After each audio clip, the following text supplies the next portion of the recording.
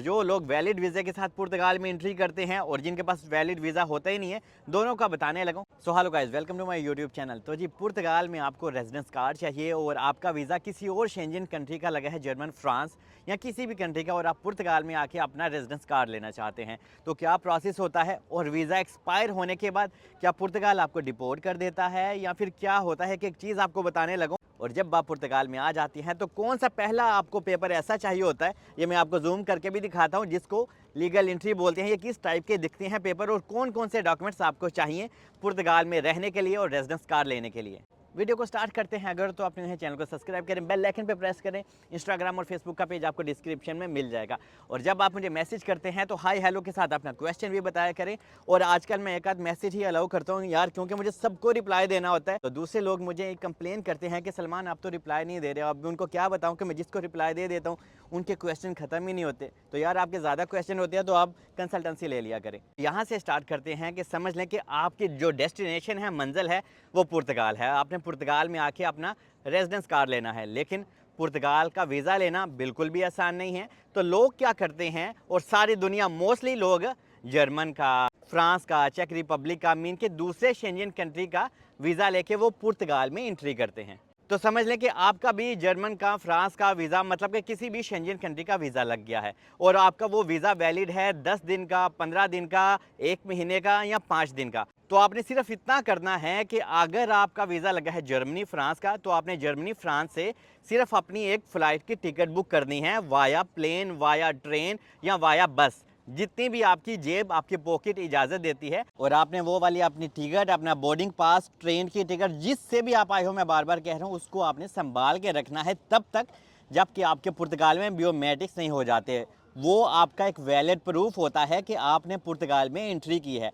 इसके बाद आपका वीज़ा चाहे 7 दिन बाद एक्सपायर भी हो जाए ना, तो आपको परेशान होने की ज़रूरत नहीं है। यहाँ पे लोग डर का बिजनेस करते हैं, डराते हैं कि हाँ भाई, एक ही दिन में, 2 ही दिन में फाइल लॉक कर दो, ये वो, ऐसा कोई सीन नहीं है। तो टेक योर टाइम, आपने सिर्फ एंट्री करनी है वैलिड वीज़े के अंदर अंदर। और जब आप वैलिड वीज़े के अंदर एंट्री कर लेते हैं तो तब असल काम स्टार्ट होता है डॉक्यूमेंटेशन का। तो आपको कौन सा पहला पेपर चाहिए होता है?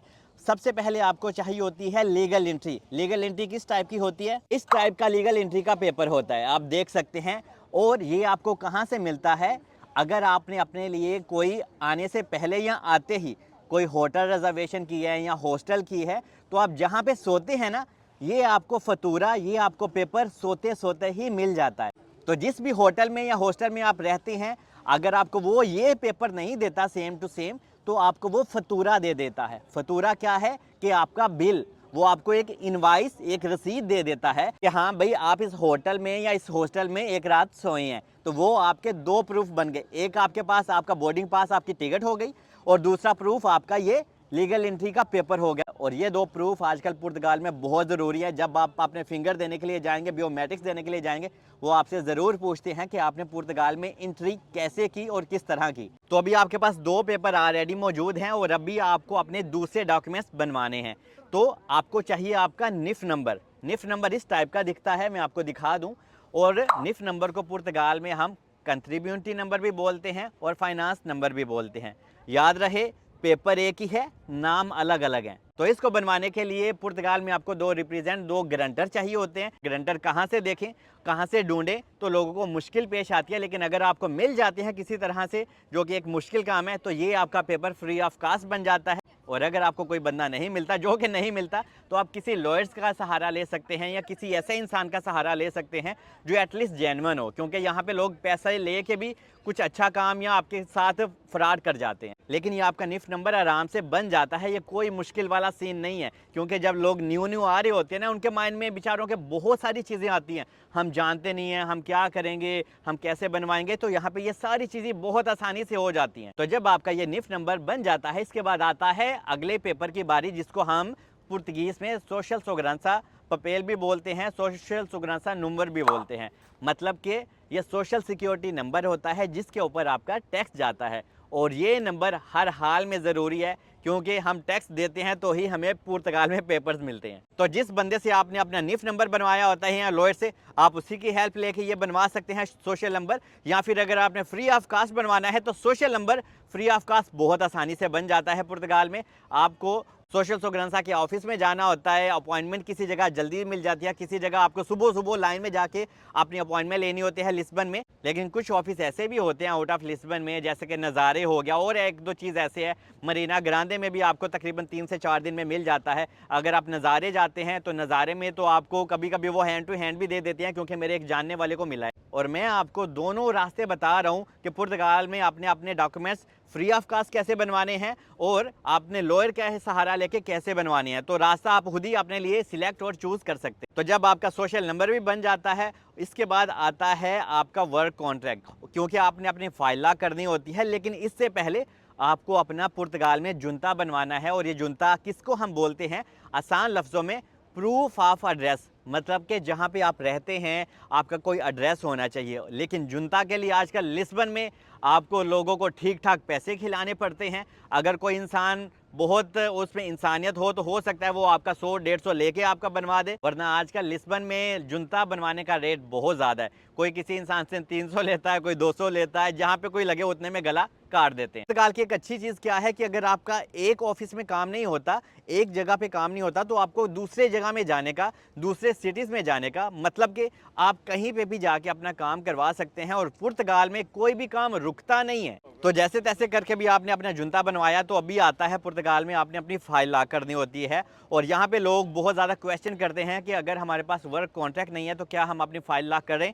तो यार मैं लोगों को रेकमेंड बिल्कुल नहीं करता, क्योंकि मैं ये चाहता हूँ कि आप लोग जब यहाँ पे आते हैं अपने लिए जॉब तलाश करें। जैसे कि अभी सीज़न है, अभी लोगों को जॉब मिल रही है। अभी हर बंदा तो पुर्तगाल में वेला नहीं है। अगर आप घर में ही बैठे रहेंगे तो आपको जॉब कैसे मिलेगी। और यहाँ पे जॉब आपको हर जगह अपनी सीवी बांटनी होती है, तब कहीं जाके आपको जॉब मिलती है।